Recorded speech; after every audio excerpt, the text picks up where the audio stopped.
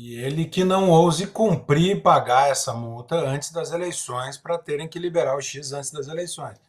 Seria uma coincidência muito grande que novos impedimentos fossem surgindo até que passasse o período eleitoral para que finalmente o X fosse liberado. Uma multa que não estava prevista foi acrescentada a posteriori. A exigência de desistir dos recursos é uma exigência draconiana, sem previsão legal, sem qualquer razoabilidade, uma exigência absolutamente esdrúxula, esdrúxula, só ou há a presença dos requisitos para conceder ou para cassar a liminar que está em vigor, ou não há a presença dos requisitos para cassar a liminar que está em vigor.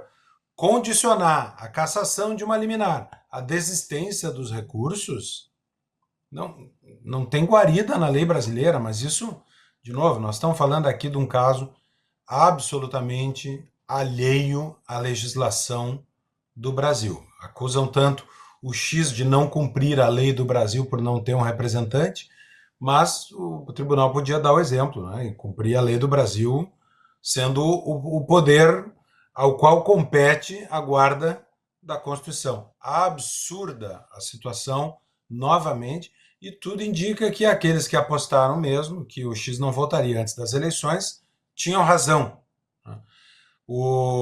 Não é de um dia para o outro que se paga uma multa de 10 milhões de reais. Isso começa a lembrar até a decisão de soltura daquele assessor, ex-assessor do ex-presidente da República, que foi preso, apareceram as provas para soltá-lo, mas eu ainda quero ouvir mais alguém, eu ainda quero mais um laudo, eu quero oficiar mais um órgão, mantendo o sujeito preso, quando a causa da prisão já tinha sido, obviamente, desfeita. Parece a mesma coisa, né? O X aceitou, nomeou representante legal no Brasil e essa era a grande justificativa. Não tem representante no Brasil, não pode operar. Nomeou representante, primeira coisa, toma uma multa de 300 mil na nova representante. Segunda coisa, bom, agora tem que pagar mais uma multa que não estava prevista, vamos criando embaraços. É embaraçoso a quantidade de embaraços criados para o funcionamento do X no Brasil. Tudo indica que não voltará antes da eleição, fica difícil de explicar a razão disso acontecer. Só para não deixar de dar um pitaco, Guta, na questão do posicionamento do governo brasileiro, tá? Isso me lembra muito esse vai e vem do Lula. Não é nem vai e vem, né? Porque Lula toma uma decisão, ele vai estar com o lado chinês iraniano.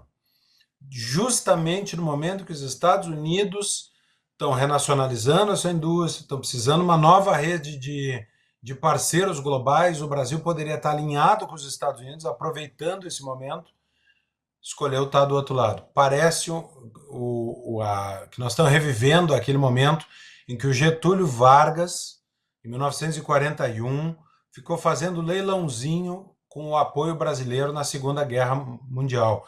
Entre apoiar os Estados Unidos ou a Alemanha nazista, ele ameaçou se aliar com a Alemanha nazista se os nazistas dessem dinheiro para criar a Companhia Siderúrgica Nacional, a CSN. Se não fosse os Estados Unidos pular na frente e dar o dinheiro para criar a CSN, Getúlio talvez tivesse aliado o Brasil ao nazismo. Isso não é...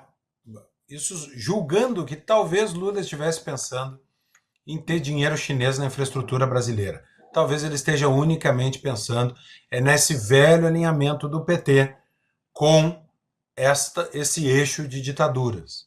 Quem manda na diplomacia brasileira hoje não é o Itamaraty, isso é vergonhoso para o Itamaraty.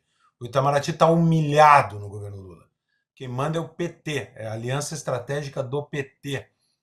O Itamaraty foi posto de joelhos. Por que Amorim não é o ministro das Relações Exteriores?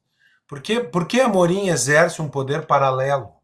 São questões que ficaram no ar. Mas gostaria de tuitar sobre isso. Não posso ainda. Talvez depois das eleições.